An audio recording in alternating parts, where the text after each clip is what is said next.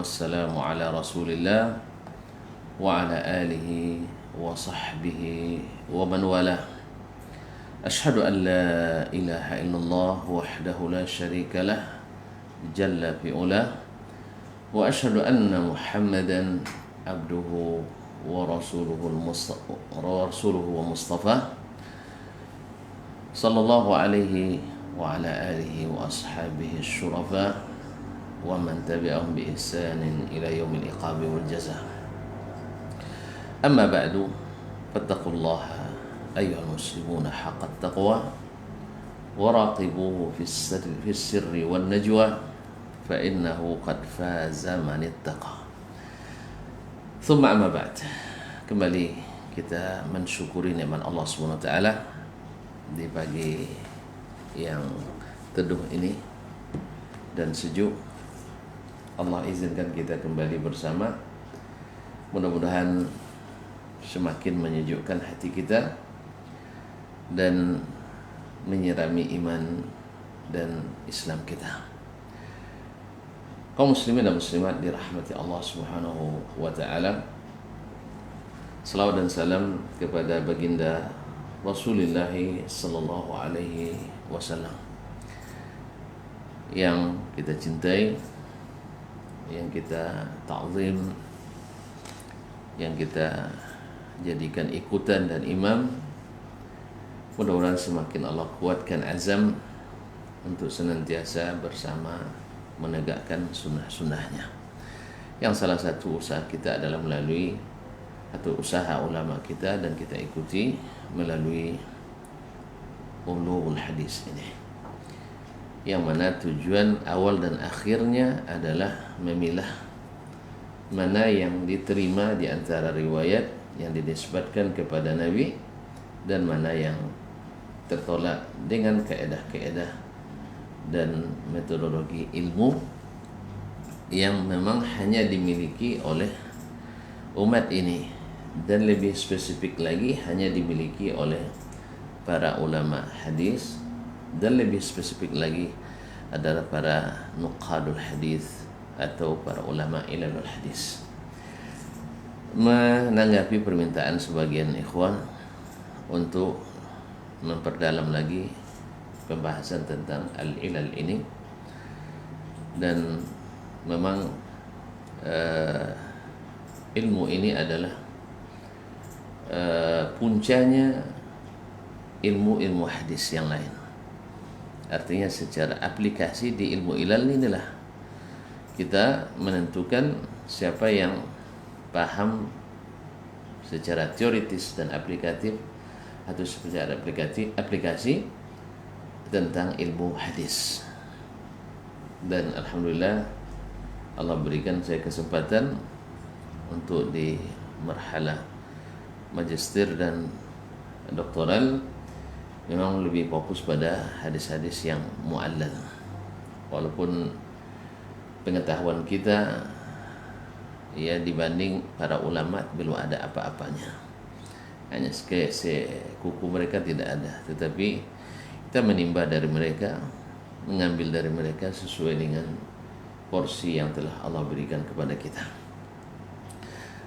Ini perlu karena memang tidak sedikit di antara para tulabul ilmi, bahkan sebagian dari ulama yang tidak bisa membedakan antara metodologi para fuqaha dengan al-muhaddisin, ya, al-muhaddisin, walaupun sebagian mereka adalah orang-orang yang dinisbatkan kepada hadis atau sebagai muhaddisin. Kadang-kadang dicampur antara metodologi para fuqaha dengan metodologi para ahli hadis. Nah, di ilmu ilal ini sangat kentara perbedaannya.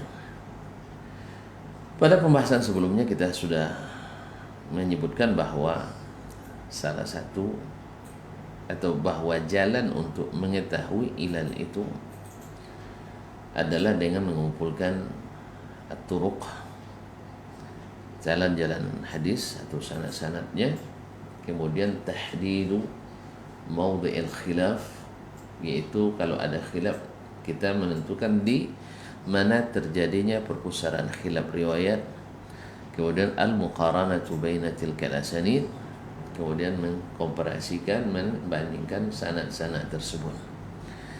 Lalu dengan itu diketahui dengan apa?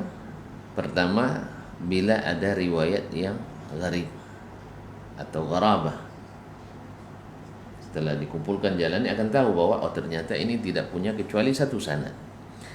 Atau bil mukhalafah, atau dengan mukhalafah, dan ini pada umumnya. Dan yang ketiga dengan al-qara'in, yaitu indikator-indikator lain yang terbaca oleh para ahlinya, yang para praktisinya, spesialisnya, mungkin tidak terbaca oleh yang lain. Bahkan ahli ilal sendiri, mereka juga sebagaimana ilmu-ilmu yang lain, ada yang lebih dalam dan ada yang kurang daripada itu. Dan kisah ini banyak. Oleh sebab itu, bila terjadi khilaf di antara mereka dalam menentukan hadis ini mu'al atau tidak, ya kita tentu dilazimkan untuk mengetahui dan mendalami apa dalil dan hujjah mereka, apa dalil dan hujjah mereka, dan tentu saja kita kembalikan kepada para ahlinya. Ma'asyiral muslimin, ma'asyiral muslimat, para pendengar setia Radio Rabbani ataupun yang menyaksikan melalui media live streaming. Kemudian kita lanjutkan dengan beberapa hal yang merupakan sesuatu yang mendasar dalam ilmu ilal ini, yang harus dikenali oleh para ulama atau para penuntut ilmu. Yang pertama, bahwasanya keedah ilmu ini seperti yang disebutkan oleh Syekh Abdul Syakur Az-Zuraqi dalam Qawaidul Ilal wa Qarin At-Tarjih.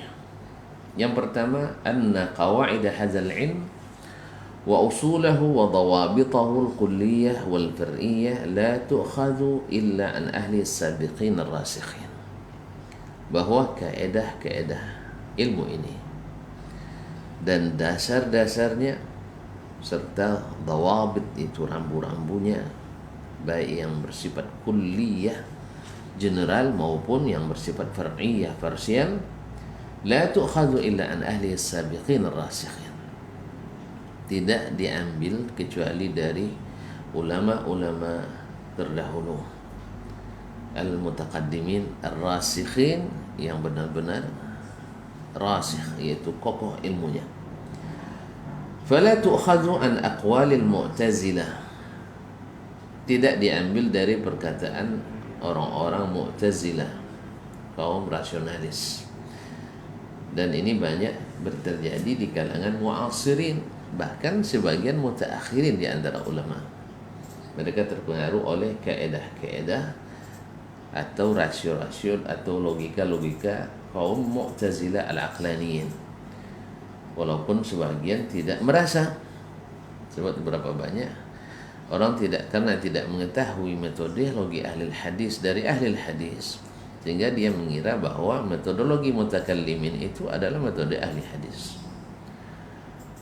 Allahu musta'an. Fala tu'khadhu al aqwalil mu'tazilah, dan tidak diambil dari perkataan-perkataan Mu'tazilah wa asbahihim, dan orang-orang yang menyerupai mereka dari kalangan mutakallimin, mimman allafa fil usul, di antara ulama-ulama yang menulis dalam ilmu usul fikih.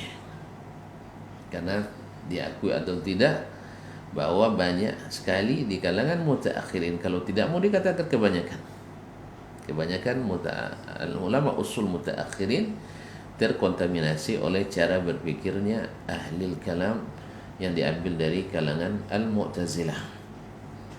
Makanya Imam Abu Hamid al-Isfirayini, yang dikenal dengan Asy-Syafi'i Tsalits, Syafi'i ketiga, dia sangat sangat teliti, sehingga beliau membedakan mana usul fikih ahli sunnah dari kalangan salaf dengan usul fikihnya al-Mu'tazilah dan ahli kalam.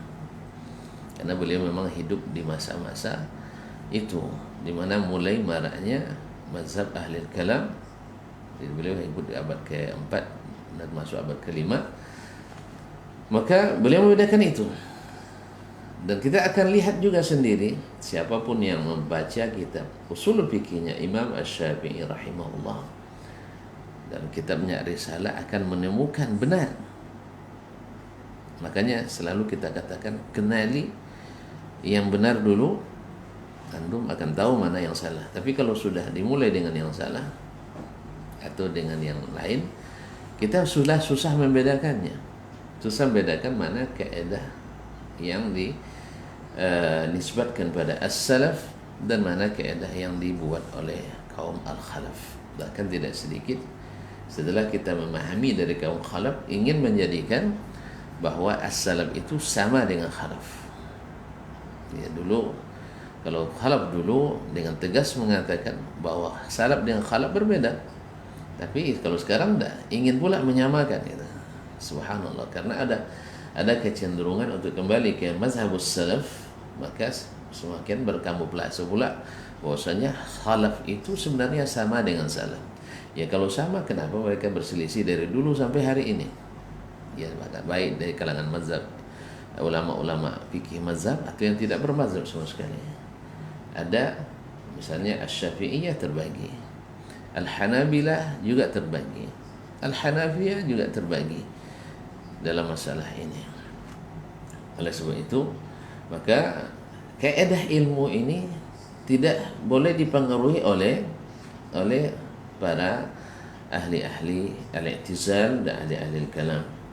Haitsu kanu la ya'rifuna syai'an 'anil hadithi wa 'ulumihi. Dulu mereka sama sekali tidak tahu tentang ilmu hadis sama sekali, tentang hadis dan ulumnya.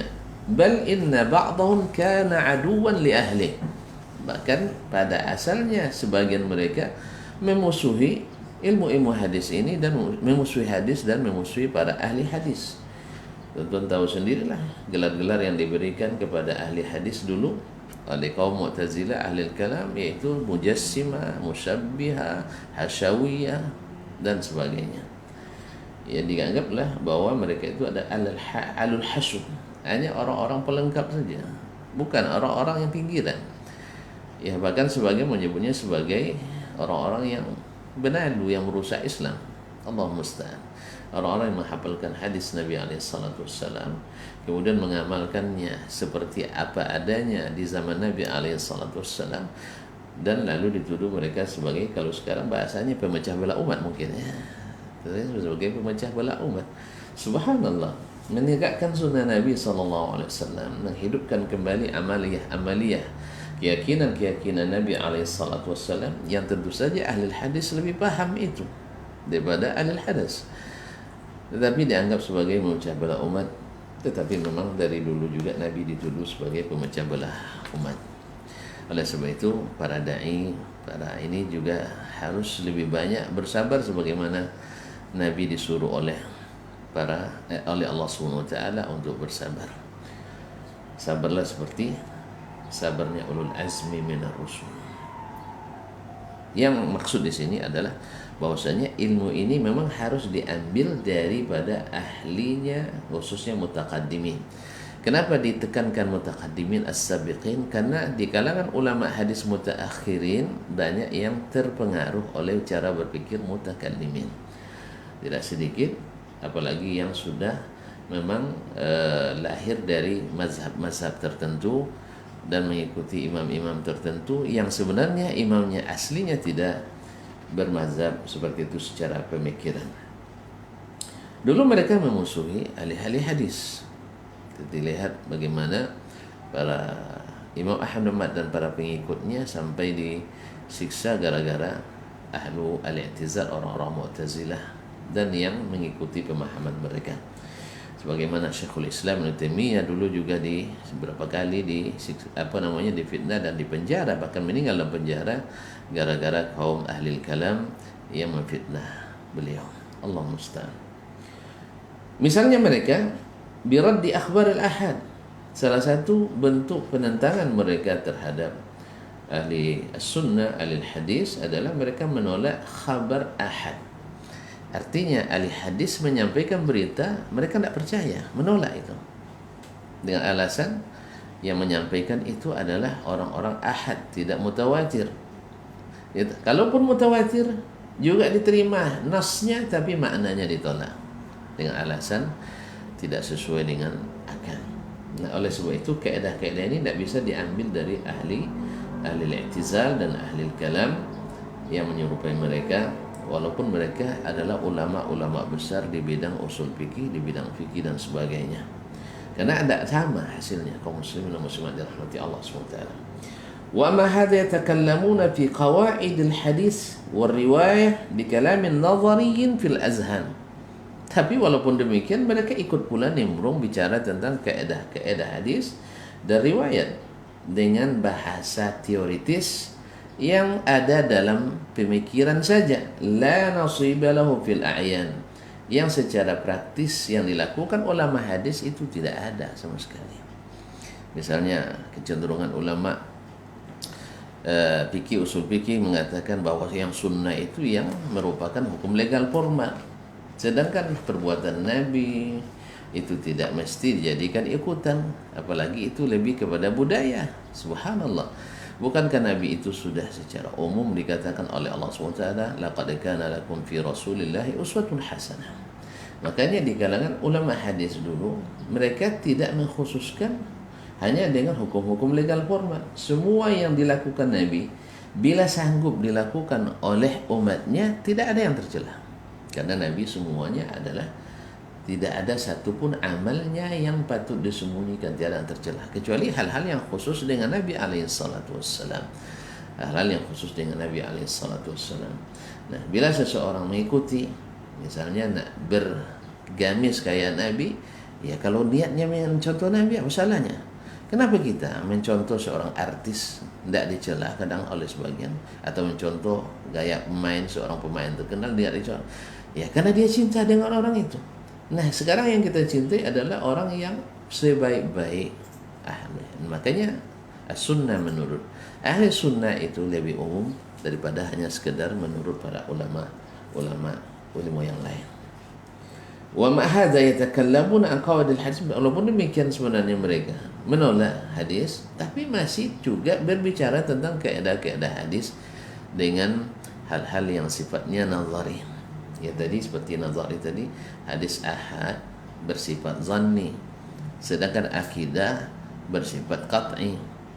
Maka hadis-hadis qat'i yang qat'i tidak bisa diisbat dengan dalil-dalil zanni. Ini tidak ada dalam kenyataan. Sebab kenyataannya Nabi SAW mengutus pada utusan 1-2 orang ke berbagai kabilah, kepada raja-raja. Dan yang disampaikan diantaranya adalah akidah tentang Allah Subhanahu Wa Taala. Bukan akidah itu zanni, akidah itu qat'i. Nabi tak pernah mempermasalahkan secara nyata bahwa hadis qat'i dan zanni itu dibeda-bedakan hujahnya dalam akidah dan ibadah. Tidak ada pembedaan ini dikenal di kalangan as-salafus salih. Demikian juga di kalangan para sahabat. Mereka tidak pernah mensyaratkan bahwa harus mutawatir dulu masalah akidah. Ya, harus mutawatir, tidak pernah terjadi. Maka ini adalah teoritis semata. Secara teori. Makanya ahlul kalam itu memang lebih banyak teorinya daripada praktiknya. Oleh itu kaum muslimin dan muslimat, itulah sebabnya kenapa para ulama as-salaf dan yang mengikuti mereka dengan benar, yaitu mentahzir dari al-kalam wa ahli, dari ilmu kalam dan orang-orang yang, sebab apa? Bicara lebih banyak daripada mengamalkan, dan bicara pun lebih banyak menolak daripada menerima. Allah musta'an. Jadi secara teoritis memang bahwa hadis qat'i, hadis zanni tidak mungkin menjadi hujjah dalam akidah. Tapi secara praktis dari zaman Nabi alaihissalam, Nabi sendiri juga menyampaikan ke umat, dan Jibril sendiri menyampaikan dari Allah wahyu kepada Nabi Muhammad sallallahu alaihi wasallam. Tidak ada mutawatirnya, tetapi tetap hujjah. Karena apa? Karena mereka ada orang yang thiqah, orang-orang yang karena akhiratnya, sampai-sampai di antara mereka tidak bisa membedakan antara dinar dengan dirham. Seperti Imam Al-Bukhari rahimahullah ta'ala, dia tidak bisa membedakan mana dinar, mana dirham. Karena apa? Dunianya habis untuk mengejar akhiratnya. Nah, orang-orang seperti ini tidak mungkin berdusta. Tidak mungkin berdusta. Kemungkinan salah mungkin, tapi kesalahan itu buktikan dengan data. Kan? Semuanya dengan data. Kalau makanya ahlul hadis tak pakai teori, tidak banyak berteori, tapi banyak pada kebukti nyatanya. Orang kita sedangkan berteori bahwa sebenarnya kalau Islam eksis misalnya di Indonesia pasti banyak ulamanya dan sebagainya, ya kita itu teori, tapi buktikan, sebutkan mana ulamanya misalnya. Sebab seperti dulu Islam masuk ke Indonesia, ada yang mengatakan dari abad kedua, ada yang mengatakan abad ke-7, versi Belanda abad ke-7, versi yang sahih insyaAllah abad kedua. Cuman subhanallah, masuknya Islam ke Indonesia memang beda dengan yang lain. Kita tanpa ada peperangan, tanpa ada perlawanan, masuk dengan damai. Cuman masalahnya adalah yang timbul adalah tidak tercatat dalam buku-buku literasi kita yang berbahasa Arab secara khusus. Tidak ada nama-nama para ulama Nusantara dalam kitab-kitab sampai akhir abad ke-13 atau awal abad ke-13 baru ada. Di abad-abad pertama, abad ketiga, keempat, kelima, keenam, ketujuh, ke-8, 9, 10, 11, saya tidak menemukan adanya ulama-ulama Nusantara yang tersebut dalam buku-buku fikih, dalam buku sejarah, dalam buku-buku hadis, buku tafsir, buku lughah dan sebagainya. Berbeda sekali dengan ulama-ulama Islam masuk ke negara-negara Asia seperti Uzbekistan, seperti Afghanistan, Harat dan sebagainya, sampai India atau sampai ke Eropa Utara, Afrika Utara seperti Sudan, Libya, Aljazair, Tunisia, sampai ke Maghribul Islami, sampai ke Spanyol. Sejak awal Islam masuk, tidak waktu tak berapa lama lahir ulama-ulama besar dan tersebut dalam kitab-kitab literasi Islam. Ya, ini juga mungkin jadi bahan pembahasan penelitian para ilmuwan kita. Ya, tapi secara teori para pakar mengatakan eksisnya Islam pasti ada ulamanya. Cuman mana namanya? Kalau tidak ada kitabnya, mana riwayat sanadnya? Itu yang tidak ada. Wallahu ta'ala alam. Ya, kita tidak bisa menafikan 100% secara mutlak, tapi secara riwayat tidak kita temukan seperti yang terjadi di Irak, di Mesir, di Suriah, di Syam dan sebagainya. Lahir ulama sejak abad-abad pertama lagi masuk Islam. Kita masuk Islam di abad kedua, oke lah di abad ke-7 seperti si Belanda. Abad 7, 8, 9, 10, 11 itu kemana? Juga tidak ada dalam kitab-kitab sejarah. Wallahu musta'an. Tapi ini juga saya lontarkan supaya menjadi bahan penelitian bagi para peneliti. Mudah-mudahan nanti ditemukan baik dalam sanad bahwa ada haddatsana Dasman Al-Ghamfari misalnya kan. Nah, itu menjadi suatu kebanggaan luar biasa kita. Insyaallah taala. Tapi secara teori pasti ada gitu. Cuman kata orang Arab al-ba'ratu tadullu 'alal ba'ir. Kalau ada tai onta berarti ada onta lewat. Wal atharu yadullu 'alal masir. Jejak itu menunjukkan ada orang yang berjalan. Nah, kembali ke sini. Makanya para ulama para kaidah ilmu ini harus diambil dari ahlinya yang betul-betul mumpuni di kalangan as-sabiqina ar-rasikhin seperti yang disebutkan tadi. Berkata Imam Muslim rahimahullah. Ini kenapa kita sebutkan akhwan yang dirahmati Allah. Sebab kita sepakat pula bahwa setiap ilmu itu diambil dari ahlinya. Ya. Sekarang kaum muslimin muslimat, kita ambil qiraat, pasti dari ahli qiraat. Ketika belajar usul fikih, berapa banyak orang mengatakan jangan ambil dari ahli hadis karena mereka bukan pakarnya usul fikih. Bahkan fikih sendiri jangan ambil dari ahli hadis. Taib, kenapa hadis diambil dari yang bukan ahlinya? Bukan begitu? Adillah. Kalau memang masing-masing khususnya di masa spesialisasi sekarang, taib, kalau gitu hadis tolong diambil dari ahlinya. Maksudnya bukan dokter hadis, bukan, yang salah paham. Maksudnya dari ulama-ulama as-sabiqin, Abu Hatim, Abu Zur'a, Al-Bukhari, Muslim. Ambil metodologi mereka itu. Jangan diambil dari yang bukan ahlinya di kalangan fuqaha yang mana lebih kuat pengaruh fikihnya, pengaruh usul fikihnya daripada pengaruh hadisnya. Ini yang saya maksud. Jangan salah paham pula berarti harus ambil dari Dr. Dasman. Salah. Dasman belum ulama hadis. Dia hanya baru penuntut ilmu hadis. Jadi tolong dicatat baik-baik karena sebagian Masya Allah ada sedikit yang tercecer langsung dijadikan sebagai bahan. Na'udzubillah thumma na'udzubillah minal hasan. Na'udzubillah minal hasan. Ini bicara kita konteksnya adalah tentang ulama hadis, bukan tentang kita para penuntut ilmu hadis. Tolong dicatat dan garis bawahi besar-besar yang sampai tidak terlihat. Kaum muslimin dan muslimat, para pecinta ilmu yang dirahmati Allah SWT. Nah, kita ambil ilmu qiraat dari ahli qiraat, ilmu nahu dari pakar nahu, ahli fikih dari ahli fikih, ahli sejarah dari ahli sejarah. Dan kita sepakat itu. Walaupun kita tidak mungkin mengatakan bahwa teori usul fikih ini salah, tidak. Tapi untuk hadis serahkan ke ahli hadisnya. Jadi nanti bila bertemu misalnya i'lalu Abi Hatim, Abu Hatim menyebutkan hadisnya ada illah. Ya, Abu Zur'ah mengatakan ada illah, Yahya bin Ma'in mengatakan, Ahmad mengatakan. Lalu datang seorang fuqaha mutaakhirin misalnya. Ya, sebutlah Imam Ibn Hajar Al-Haythami yang lebih cenderung ke fikihnya daripada hadisnya. Lalu dia katakan, tidak ada ilahnya. Di sini kita harus lihat, hati-hati. Jangan karena sepakat dengan Ibnu Hajar Al-Haythami karena sama-sama bermazhab Syafi'i lalu kita kata Abu Hatim salah, itu mereka mutasyaddidin dan sebagainya. Bukan. Kembalikan ke ahlinya. Karena tak mungkin kita sandingkan antara Ibnu Hajar Al-Haythami Al-Makki dengan Imam Abu Hatim, Abu Zur'ah, Al-Bukhari, Abu Dawud dan sebagainya. Walaupun sebenarnya ulama-ulama yang ulama ilalul hadis dulu itu semuanya adalah, atau hampir mereka semuanya adalah para fuqaha. Karena asalnya hadis itu, fikih itu kan dari hadis. Asalnya fikih itu dari hadis. Karena Nabi adalah mengatakan naddarallahu ra'an sami'a minni hadithan fawa'ahu thumma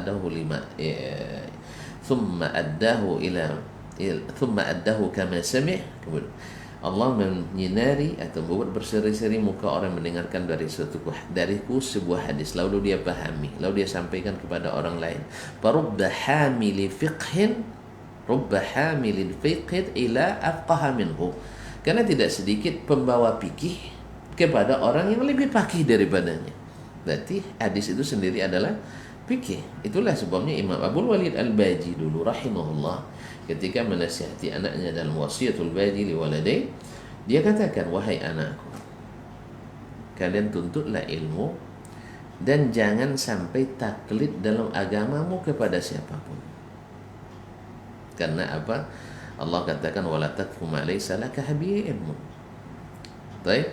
Dan andainya kalian tidak sanggup menjadi seorang ulama, tidak bisa menuntut ilmu dengan seperti para ulama, harus juga taklid, maka taklidlah kepada Malik ibn Anas. Alasannya apa? Karena beliau bilang la a'lamu aliman yajma'u fi zamanihi wa balagha zirwata fihi bainal fiqhi wal hadith illa Malik. Saya tidak tahu ada ulama yang sampai ke puncak menjadi bintangnya di fikih dan hadis kecuali Imam Malik. Jadi Imam Malik belajar fikih dari hadis. Dia belajar fikih dari hadis.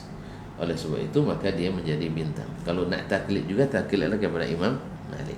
Ini bisa kita maklumi karena memang Imam Al-Walid Al-Baji atau Imam Abdul Walid Al-Baji adalah orang yang pengikut mazhab Maliki. Nanti kalau datang lagi ulama mazhab Syafi'i nanti lain lagi. Tidak ada masalah. Ya, nak ikut mazhab Syafi'i, nak ikut mazhab Hambali, ikut mazhab Hanafi, nak ikut mazhabnya Maliki. Yang penting ikuti arahan para imam tersebut.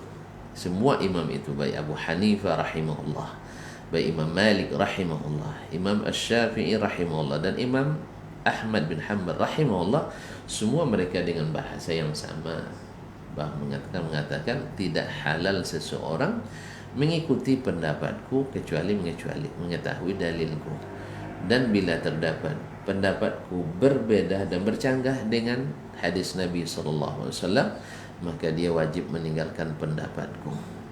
Nah, jelas sekali ini pendapat ya, karena perkataan Imam Syafi'i kadang banyak yang salah pahami orang qawli sawabun yahtamilul khata' wa qawlu ghairi khata'un yahtamilus sawab. Ini Imam Syafi'i bicara dalam konteks pendapat dia, bukan hadis Nabi. Kadang-kadang itu orang mengira bahwa itu hadis Nabi, bukan. Artinya pendapat ijtihad murni, bukan hadis. Tapi kalau sudah ada hadisnya bertentangan dengan pendapat beliau, maka wajib ditinggalkan, kata beliau. Makanya dalam perkataan yang lain harus ditafsirkan perkataan Syafi'i dengan perkataan Syafi'i juga. Idza la yahillu li ahadin idza istabanat lahu sunnah ay yatrukaha li qawli ahadin kainan man kan. Tidak halal bagi seorang pun yang jelas baginya sunnah Nabi SAW, lalu dia tinggalkan sunnah itu karena taklid mengikuti pendapat siapapun orangnya. Jelas. Jadi perkataan beliau, perkataan saya benar, mungkin salah. Perkataan selain saya salah, mungkin benar. Itu pendapat ijtihad, bukan berhadapan dengan wahyu baik Al-Quran maupun hadis. Ini sering salah paham para pengikut yang fanatis dengan masalah ini, karena mereka menafsirkan perkataan Syafi'i bukan dengan perkataan Syafi'i, tapi perkataan Syafi'i dengan pemahaman diri sendiri atau dari syekh yang dia taklid kepada Nabi sallallahu alaihi wasallam. Nah, berkata Imam, jelas ya bahwasanya kita tidak boleh ngambil ilmu kecuali dari ahlinya, dari makarnya. Bila berdatangan ahli qiraat yang memang spesialisasinya qiraat dengan orang yang hanya sedikit pengetahuan qiraat, ya kita dahulukan ya ahli qiraatnya. Tidak mungkin kita ini. Demikian pula bila manhajnya, metodologi ahli hadis bertentangan dalam masalah ilalul hadis dengan metode para usuliyin misalnya, ya kita katakan ya di sini tentu pakarnya adalah ahli hadis, ulama hadis, bukan ahli usul. Dan sayang memang tidak sedikit daripada yang menulis tentang ulumul hadis, tentang hadis di zaman mutaakhirin adalah dari kalangan fuqaha dan usuliyin, sehingga tidak sedikit yang juga tidak sedikit pula yang ijtihad mereka dalam masalah hadis itu berbeda dengan apa yang dikatakan oleh ulama mutaqaddimin. Nah, wala nataqaddamu ahla aqwalihim, kita tidak boleh mendahului para ahlinya. Wa man khalafahum jumlatan rudda qawluhu wa sara kharijan ilmi wa rasmih. Dan siapa yang secara total, secara jumlah, secara garis besar menyalahi mereka di bidang keahliannya, mereka keluar dari ilmu dan segala halnya. Jadi mereka bukan ahlinya. Fakadzalika kullu man khalafa tara'iqal muhadditsin as-sabiqin tamaman. Seperti pula itu pula dikatakan bagi setiap orang yang metodologinya berbeda, jalan yang dilaluinya berbeda dengan ahli hadis as-sabiqin yang dahulu secara penuh. Ya, contoh yang paling kentara, yang paling bertentangan dengan ahli hadis dari sejak awal lahirnya aliran itu adalah Mu'tazilah dan aliran ahli kalam yang mengikuti cara berpikir Mu'tazilah. Itu jelas sekali. Di dalam kitab kita akan kita temukan bahwa ahlul hadis disebut dengan ahlut tajsim, disebut dengan ahlut tashbih, disebut dengan al-hasyu dan sebagainya. Nah, itu sudah kentara sekali, ya tidak bisa disembunyikan lagi. Cuman ahlul hadis selalu menolaknya dengan dalil-dalil dan bukti. Ini buktinya. Kalau kalian katakan bahwa kami tidak paham, lalu siapa lebih paham? Ini Nabi SAW yang mengatakannya. Bukankah Nabi bicara dengan bahasa Arab yang jelas menjelaskan? Ini Al-Quran nyata menjelaskannya. Tetapi tetap saja para pemuja akal itu lebih mendahulukan akal. Bahkan tidak sedikit kita mendengar ungkapan-ungkapan seperti akal itu mutlak benarnya, sedangkan wahyu masih kemungkinan, subhanallah, yang datang dari Allah relatif benarnya, yang datang dari ijtihad manusia mutlak benarnya. Ini kekeluaran dosa. Berkata Imam Muslim rahimahullah, i'lam rahimakallah, ketahuilah semoga Allah merahmatimu, anna sina'atul hadis, bahwasanya sina'ah hadis ini, bahwa keahlian di hadis ini, wa ma'rifata asbabihi, dan mengenali sebab-sebabnya, minas sahihi was saqim, yang membuat dia sahih atau tidak sahih, sehat atau sakit, innama hiya li ahli hadis khasatan, itu hanya milik ahli hadis secara khusus. Li'annahumul huffadhu, karena mereka lah yang menghafalkan liriwayatin nas, yang menghafalkan riwayat-riwayat para ulama al-arifin yang berilmu biha, dengan hadis-hadis itu, duna ghairihim, tidak boleh yang lain, tidak boleh yang lain. Ini harus dicatat betul. Ketika yang berbicara itu berbeda dengan ulama hadis, kita lihat dia ulama hadis dari kalangan mutakallimin kah, di kalangan mu'tazilah kah, atau dia murni ahli hadis.